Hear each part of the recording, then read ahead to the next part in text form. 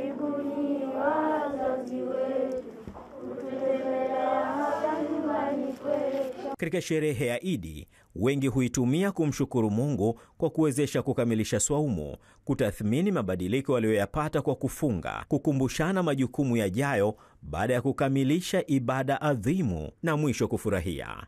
Mkoani Tabora, misaada ikatolewa katika kituo cha malezi ya watoto yatima kijiji cha Igambio. Zawadi hii inatokana na matokeo ambayo tunapata kwenye miradi yetu ambayo tunatekeleza katika mkoa wetu wa Tabora na mikoa mingine ambayo kampuni ya TIDCO inatekeleza. Kuna changamoto kwa maana ya pale tunapopata watoto wageni mpaka kuwa control, kuweka level moja, wenyewe pia ni changamoto. Kama unavyojua, watoto tunaowapata ni kutoka katika makundi tofauti tofauti, wakiwa ni pamoja na wale ambao wanaokotwa, lakini wale ambao watoto wao kidogo, wazazi wao kidogo wamechanganyikiwa. Tunashukuru alhamdulillah kwa sababu walezi tunao wengi wanaopata 10, kwa hiyo tuna uwezo wa kule control hilo. Mkoani Simiyu limefanyika baraza la Idi, huku masuala kadha yakisisitizwa. Tuzingatie sana maadili, kwa sababu ukiwa na mtoto ukamfundisha tabia tu ambazo hazieleweki, mwisho wa siku unaweza ukajikuta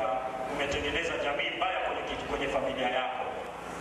Wengi hatulei, tunalelewa, na hili ndio tatizo kubwa sana.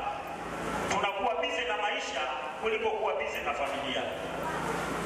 Wewe unategemea mtoto unalelewa, anakwenda kutoka kinamna gani? Wewe ulilelewa na wazazi wako, yawezekana ndio maana uko hivyo.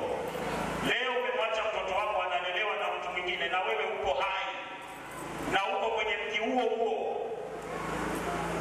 Tuangalie sana swala zima hili la malezi kwa kusimamia maadili. Sikukuu ya Eid al-Fitri huwa ni rasmi kwa mapumziko katika mataifa mbalimbali, lakini siku hiyo hutegemea na mwandamo wa mwezi. Lugendo Madege, Azam News.